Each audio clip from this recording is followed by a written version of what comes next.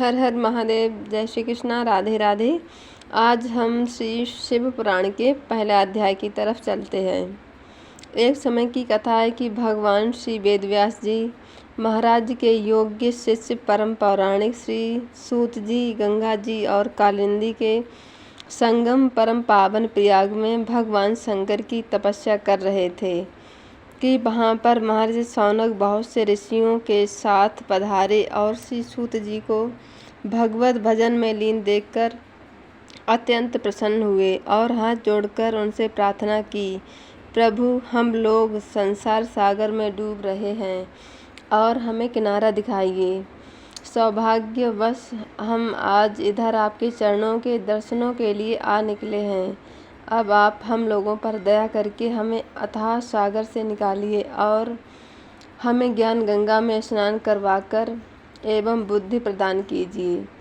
प्रभु, समय अति भयंकर है और आगे इससे भी भयंकर आने वाला है। हे मुनीश्वर, जान पड़ता है कि आने वाले समय में प्राणी वीर पापी होंगे, अपने सत्य सनातन धर्म को छोड़कर निंदित धर्मों को अपनाकर एकदम निंदा के पात्र बन जाएंगे।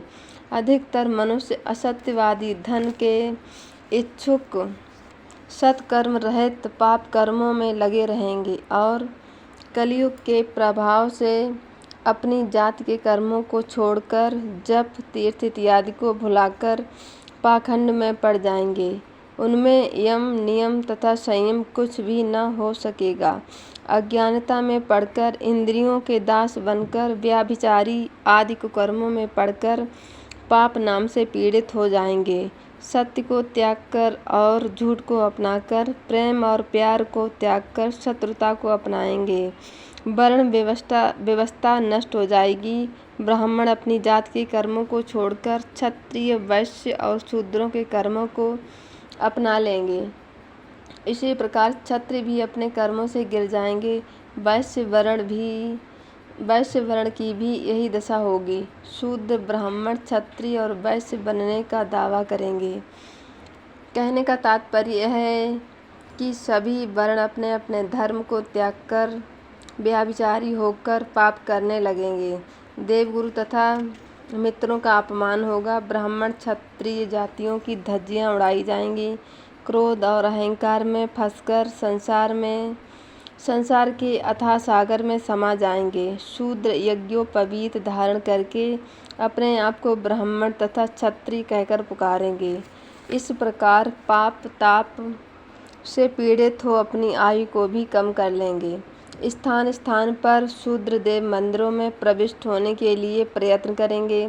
ब्राह्मण मांस व मदिरा का प्रयोग करने लगेंगे। क्षत्रिय वैश्यागामी, कुसंगी और पाप परायण बन जाएंगे। वैश्य व्यापार द्वारा अधर्म करने लगेंगे। ब्राह्मण क्षत्रियों की निंदा करेंगे। पुरुष अन्य स्त्रियों को और स्त्रियां अन्य पुरुषों को कुदृष्टि से देखेंगी। वैश्याएं सतवंती नारियों की निंदा करके अपने आप को कुलवंती बताएंगी।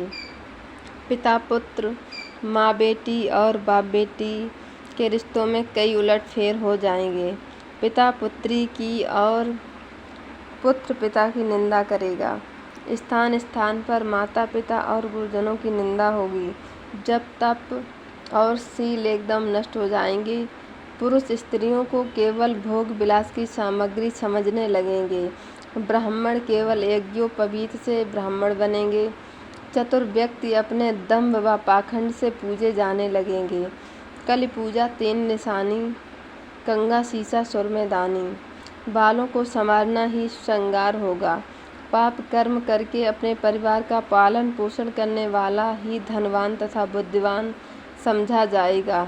तीर्थ यात्रा करना पाप माना जाएगा। इस कलिकाल में सभी लोग धर्म के विरुद्ध चलने लगेंगे।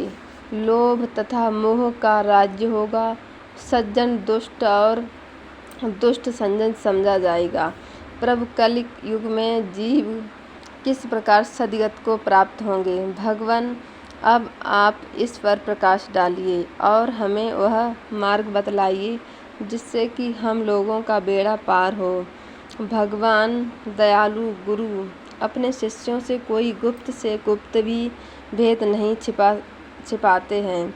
फिर आपके समान तो दूसरों को का उपकार करने वाला और कोई है भी तो नहीं।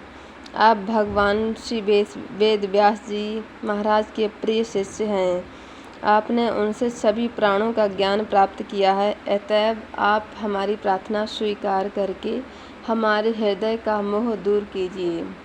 ऋषिगणों की बात सुनकर परम पौराणिक अत्यंत प्रसन्न हुए और थोड़ी देर तक भगवान शंकर का ध्यान करने लगे।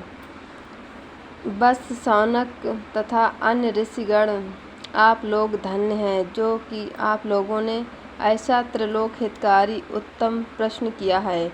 सुनो, मैं आपके सन्मुख भगवान शंकर की वह कथा कहूँगा जिसके श्रवण करने से कलिकाल के समस्त पाप नष्ट हो जाएंगे। भगवान शंकर का यह चरित्र कल के पापों का नष्ट करने वाला परमार्थक दायक और वेदांत सार का भी सर्वस्व है। भगवान शंकर के चरणों में प्रेम करने वाला अनेक पापों को नष्ट करके परम पद को प्राप्त होता है। उनका यश गान करके लाखों मनुष्यों को मोक्ष की प्राप्ति हो चुकी है।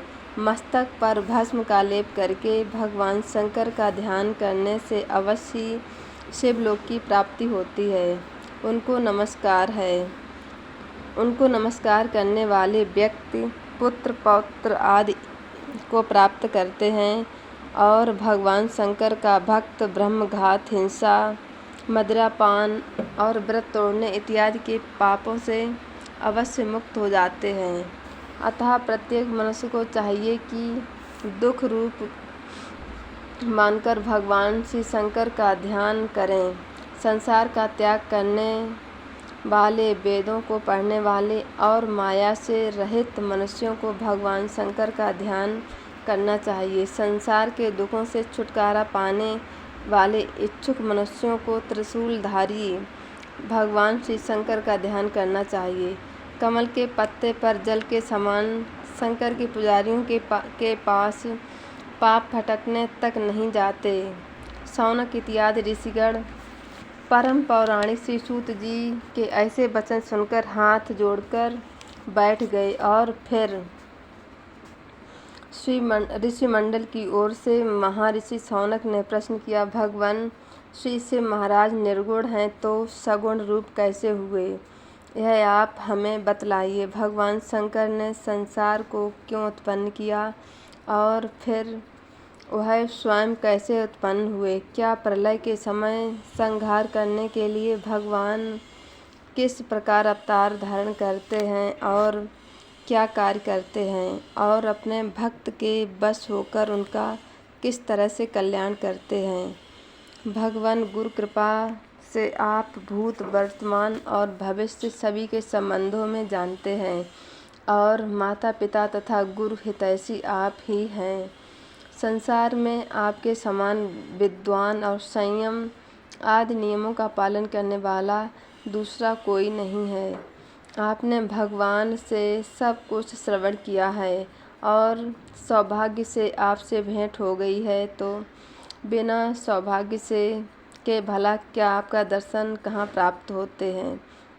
प्रभु, आप कल के पापों का नाश करने वाली परमार्थक दायक भगवान शंकर की परम पवित्र कथा हमें सुनाइए। ऋषिगणों की ऐसे वचन सुनकर श्री सूत जी अत्यंत प्रसन्न हुए और बोले, हे ऋषिगण, जो प्रश्न इस समय तुमने मुझसे किया है, यही प्रश्न देवऋषि नारद ने अपने पिता श्री ब्रह्मा जी से किया था। श्री ब्रह्मा जी देवऋषि ने श्री नारद जी को यह जो कुछ बताया था मैं तुम्हें सुनाता हूँ, ध्यान पूर्वक सुनो। हे ब्राह्मण देवताओं, एक समय की बात है कि देवऋषि नारद तप करने के लिए हिमालय पर्वत पर जा पहुँचे और पतित पावनी गंगा के तट पर एक सुंदर स्थान पर बैठकर मौन हो गए। बहुत दिनों तक पूर्ण होने वाला तप करने लगे। देवऋषि नारद के उग्र तप को देखकर इंद्र भयभीत हो गया और उसने सोचा कि शायद देवऋषि नारद उसके राज्य को हथियाने के लिए तप कर रहे हैं। अतएव उसने कामदेव को बुलाकर कहा, मित्रवर, मैं तुम्हारी सहायता से आज तक कईयों का अहंकार नष्ट कर चुका हूँ। इस समय मैं भी ऐसे ही कार्य के लिए तुम्हारी सहायता चाहता हूँ। देवऋषि नारद इस समय हिमाचल पर्वत पर श्री गंगा जी के तट पर उग्र तप कर रहे हैं। कहीं वह मेरे ही राज्य को ही न हथिया लें। अतः तुरंत ही हिमाचल पर्वत पर पहुंचकर उनके तप को खंडित कर दो। देवराज इंद्र की बात सुनकर कामदेव ने अपनी सेना को साथ लिया और उस स्थान के लिए रवाना हो गए जहाँ पर देवऋषि नारद तपस्या कर रहे थे। कामदेव ने वहाँ पहुंचकर अपनी माया द्वारा सुंदर बगीचों की रचना की। शीतल मंद सुगंध मल पवन चलने लगी। कोकिला इत्यादि पक्षी मीठी बोलियां बोलने लगे। फिर काम कला में परम प्रवीण अप्सराएं अपना वर्धक नृत्य एवं हाव भाव मिलित गीत सुचारू रूप से करने लगीं। लेकिन देवऋषि नारद की समाधि भंग नहीं हुई। इसमें देवऋषि नारद का कोई बढ़ाई नहीं थी, क्योंकि उस स्थान पर इससे पूर्व भगवान श्री शंकर उग्र तप कर चुके थे। यहीं पर भगवान श्री शंकर पर कामदेव ने चढ़ाई की थी और उनके द्वारा वह भस्म हो गया था। तब दयालु तथा कृपालु भगवान शंकर ने उनकी पत्नी रति का दुख सहन न कर सकने के कारण उनको पुनः जीवित कर दिया था। लेकिन जीवित करने के साथ ही उन्होंने रति से कह दिया था कि मैं इस समय तुम्हारे पति को जीवित तो किए देता हूँ, किंतु इस स्थान पर कभी भी प्रभाव न पड़ सकेगा। अतएव देवऋषि नारद भगवान शंकर की कृपा से बच गए और कामदेव हर तरह से चेष्टा करने पर भी उनका तप खंडित न कर सका। कामदेव असफल होकर इंद्र के दरबार में वापस पहुंचा और जो कुछ भी बीती थी उसे कह सुनाई। इंद्र भगवान शंकर को न समझ सका। उसने नारद जी की तपश्चर्या के लिए उनकी प्रशंसा की। तपस्या के समापन होने पर श्री नारद को कामदेव पर विजय पाने के कारण अभिमान हो गया और वह भगवान शंकर की सेवा में उपस्थित होकर अपने तपस्या की कथा को तथा कामदेव पर अपने विजय पाने को का समाचार को बड़े अभिमान के साथ भगवान श्री शंकर को कह सुनाया। भगवान शंकर ने सारा समाचार सुनकर देवऋषि नारद से मुस्कुराते हुए कहा, ऋषिराज, आप धन्य हैं, किंतु मेरी एक बात न भूलिएगा।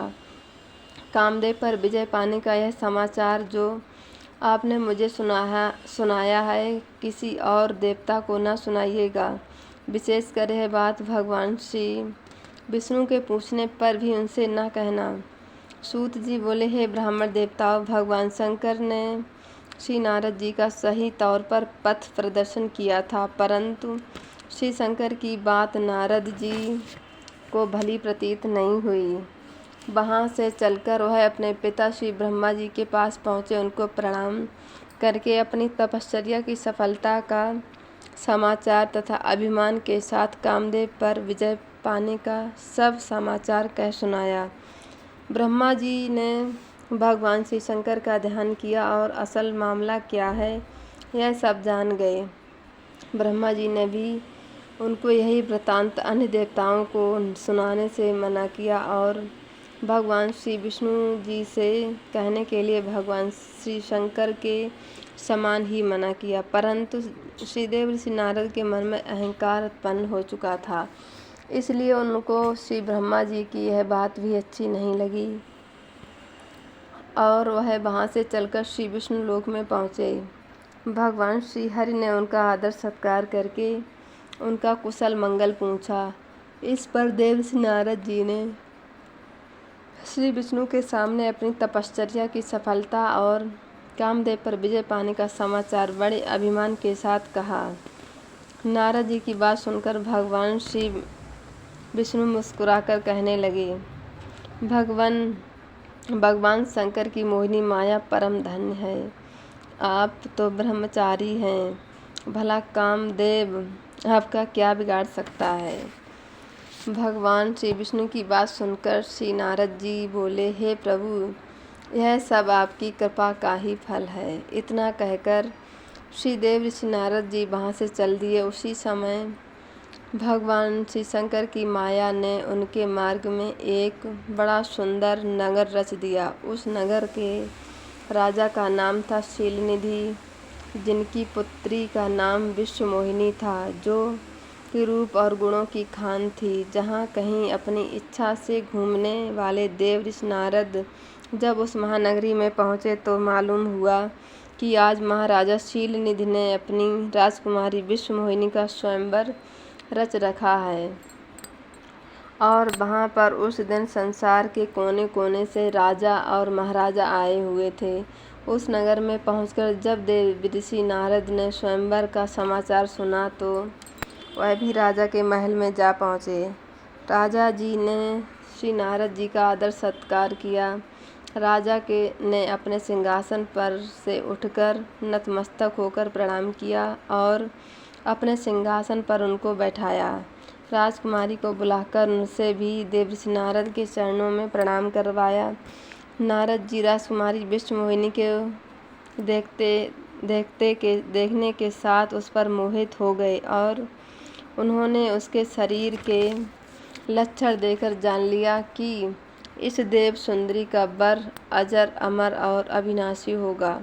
नारद जी उसकी कन्या को आशीर्वाद देकर वहाँ से चल पड़े और चलते चलते सोचने लगे कि यदि मैं किसी प्रकार सुंदर तथा रूपवान होकर इस कन्या को वर लूँ तो कितना अच्छा हो। ऐसा सोचकर उन्होंने तुरंत भगवान श्री विष्णु का ध्यान किया। ध्यान करने के साथ ही भगवान विष्णु प्रकट हो गए और देव ऋषि नारद जी का मतलब समझकर बोले, ऋषिराज, मैं आपके मन की बात भली भांति समझता हूँ। आप किसी की बात की चिंता न करें। आप स्वयंवर में पधारें। जिस तरह एक उत्तम वैद्य रोगी को इच्छानुसार उसको औषधि नहीं देता बल्कि उसका हित सोचकर उसे ही औषधि देता है, उसी प्रकार मैं भी आपका हित करूँगा। इतना कहकर भगवान श्री विष्णु अंतर्ध्यान हो गए। नारद जी भगवान श्री विष्णु की बात का मतलब न समझ सके। भगवद इच्छा से नारद का समस्त शरीर तो भगवान श्री विष्णु जैसा बन गया, लेकिन चेहरा बंदर जैसा बन गया। लेकिन देव ऋषि इस भेद को ना जान सके और स्वयंवर भूमि में आकर राजाओं तथा महाराजाओं के मध्य में आकर बैठ गए। उनको दृढ़ विश्वास था कि विश्वमोहिनी उनके गले में जयमाला डालेगी। अब देखिए, भगवान नारद जी को जो बानर का रूप प्रदान किया था वह केवल राजकुमारी ही देख सकती थी। बाकी सब लोग उनको वास्तविक रूप में ही दिखाई देता था। जिस समय राजकुमारी ने पांडाल में प्रवेश किया तो नारद जी अपनी जगह से बार बार उठकर उनकी ओर देखने लगे। ब्राह्मण का वेश बनाए हुए 2 शिवदूत भी वहाँ पर विराजमान थे। वह जोर जोर से हंसकर उनका मजाक उड़ा रहे थे, मगर नारद जी तो उस समय कामांध हो रहे थे, इसलिए वह उनकी हंसी नहीं समझ सके। वह कहने लगे, वाह वाह, क्या कहना है, भगवान ने आपको कितना अच्छा स्वरूप प्रदान किया है। आपके अतिरिक्त यह कन्या और किसी अन्य को पसंद नहीं करेगी। उसी समय राजकुमारी विश्वकन्या भी आ पहुंची और नारद जी का रूप देखकर घृणा की दृष्टि फेरकर किसी अन्य वर को ढूंढने लगी। नारद जी अत्यंत व्याकुल हुए और उचक कर उसी की ओर देखने लगे। उसी क्षण भगवान विष्णु वहां आए और राजकन्या ने आगे बढ़कर उनके गले में जयमाला डाल दी। यह देखकर श्री नारद जी बहुत दुखी हुए। तब भगवान शंकर के दूत हंसते हुए बोले, जरा दर्पण में अपना मुख तो देखिए। इससे आगे की कथा के लिए हम मिलते हैं अगले वीडियो में। तब तक के लिए जय श्री कृष्णा, राधे राधे, हर हर महादेव।